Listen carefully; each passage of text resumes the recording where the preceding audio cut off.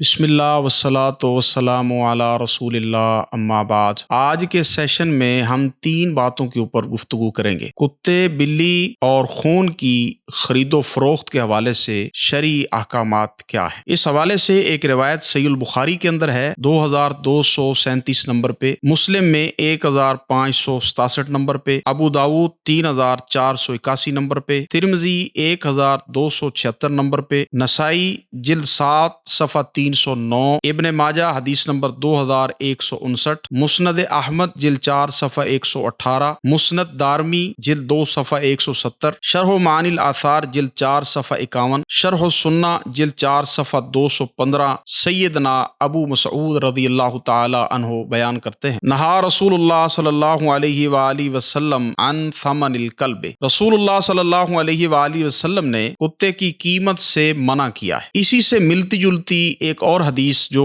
مسلم کے اندر حدیث نمبر 1569، مسند احمد جلد 3 صفحہ 317، ابو داؤد 3479 اور ترمذی 1279۔ اس حدیث کو بیان کرنے والے سیدنا جابر بن عبداللہ رضی اللہ تعالی عنہ ہیں، فرماتے ہیں ان النبی صلی اللہ علیہ وآلہ وسلم عن ثمن الکلب والسنور، نبی رحمت صلی اللہ علیہ وآلہ وسلم نے کتے اور بلی کی قیمت سے منع کیا ہے۔ یہ 2 احادیث بخاری اور مسلم کے حوالے سے آپ نے سماعت کر لی۔ ایک تیسری روایت بھی ہے جو سنن نسائی کے اندر ہے 4353 نمبر پہ، اور سنن ابن ماجہ کے اندر ہے 2161 نمبر پہ، صحیح الجامع للالبانی 6946 نمبر پہ، اور نسائی میں 4668 نمبر پہ، ترمذی میں 1281 نمبر پہ۔ یہ روایت جو ہے یہ صحیح ہے، تعلیق علی سبل السلام جلد 3 صفحہ 1046، وہاں پہ آپ دیکھ سکتے ہیں۔ اس حدیث کے جو الفاظ ہیں وہ سیدنا جابر رضی اللہ تعالیٰ عنہ بیان کرتے ہیں، نہا رسول اللہ صلی اللہ علیہ وآلہ وسلم عن ثمن الکلب الا کلب صید، نبی رحمت صلی اللہ علیہ وآلہ وسلم نے شکاری کتے کے علاوہ کسی بھی کتے کی قیمت سے منع کیا ہے۔ یعنی شکار کے لیے جو کتا ہے، انسان عام طور پہ تو یہ رواج ہے کہ لوگ ویسے تعلق کی بنا پہ کسی سے ایسا جانور لے لیتے ہیں، لیکن اگر اس نے خریدنا ہی ہے تو صرف شکاری کتا جو ہے وہ خرید سکتا ہے۔ اس کے علاوہ ہر طرح کی کتے کی خرید و فروخت جو ہے یہ جائز نہیں ہے۔ ہمارے معاشرے کے اندر یہ رواج عام پایا جاتا ہے، ایلیٹ کلاس طبقہ زیادہ تر ایسے کام کرتا ہے، وہ امپورٹڈ بیرون ملک سے کتے منگوا لیتے ہیں اور پھر ان کی جو قیمت ہے وہ ادا کر دیتے ہیں، تو یہ صحیح نہیں ہے، یہ جائز نہیں ہے، یہ حرام ہوگا۔ اسی طرح جو بلی کی خرید و فروخت کے حوالے سے جو حدیث آپ نے سماعت کی مسلم کے حوالے سے، اس میں بھی ممانعت ہے، سنور کے الفاظ حدیث میں بلے کو کہتے ہیں، تو اس کی بھی خرید و فروخت منع ہے۔ تو یہ ہمارے جو ایلیٹ کلاس طبقہ ہے یہ بھی بالخصوص بلیاں جو ہیں وہ بڑی مہنگی مہنگی منگواتے ہیں باہر سے اور پھر ان کی قیمت ادا کرتے ہیں، تو یہ خرید و فروخت سرے سے جائز ہی نہیں ہے۔ شریعت نے صرف جواز رکھا ہے شکاری کتے کی خرید و فروخت کے حوالے سے، وہ آپ خرید و فروخت اس کی کر سکتے ہیں۔ اب آ گیا خون۔ ہمارے مسلم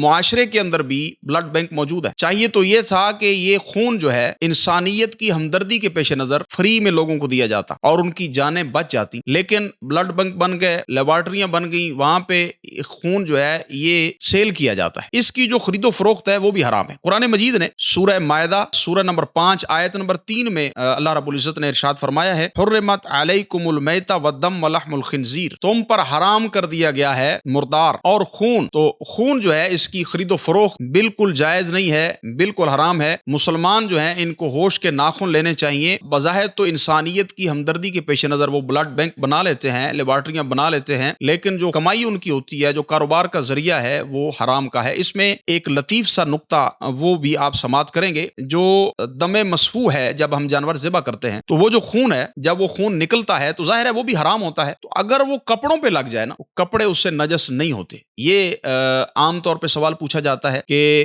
ہم نے جانور ذبح کیا ہے یا ہم پاس کھڑے تھے تو خون کے چھینٹے ہمارے اوپر بھی آ گئے، تو اس سے جو کپڑے ہیں وہ نجس نہیں ہیں، آپ ان کو دھو کے جو ہے وہ نماز پڑھ سکتے ہیں، چونکہ ظاہر ہے بظاہر گندگی تو ہے جو آپ کے کپڑوں پہ لگ گئی ہے، لیکن وہ کپڑے بہرحال نجس نہیں ہوئے۔ تو آپ صلی اللہ علیہ وآلہ وسلم کی احادیث سے ہمیں یہ رہنمائی ملتی ہے کہ کتے کی خرید و فروخت، بلی کی خرید و فروخت یا خون کی خرید و فروخت یہ جائز نہیں ہے۔ ہاں اگر شکاری کتا ہے تو وہ بھی میں سمجھتا ہوں ضرورت محسوس کرے تو، ورنہ کتے کتا گھر میں رکھنا ویسے بھی انسان کے جو ثواب ہے اس میں کمی آتی رہتی ہے، تو ان چیزوں سے اوائڈ کرنا چاہیے۔ اللہ کے جو پاکیزہ مخلوق ہے، اللہ کے جو بندے فرشتے ہیں، وہ بھی گھر میں نہیں آتے اور نحوست ہوتی ہے، تو بہرحال ان چیزوں سے انسان کو اوائڈ کرنا چاہیے۔ بالخصوص جو مسلم طبقہ ہے، مسلم کمیونٹی، مسلمانوں کی اکثریت جہاں پہ ہے یا اکثریت نہیں بھی ہے، تو انہیں ان چیزوں کے حوالے سے جو ہے وہ آنکھیں کھول کر رکھنی چاہیے۔ ایسا نہ ہو کہ وہ حرام کاروبار کر رہے ہوں یا اللہ کی رحمت سے دور ہو رہے ہوں۔ اللہ رب العزت سے دعا ہے اللہ پاک مجھے آپ کو دین کو سمجھنے کی اور اس پر عمل کرنے کی توفیق عطا فرمائے۔ وآخر دعوایا ان الحمد للہ رب العالمین۔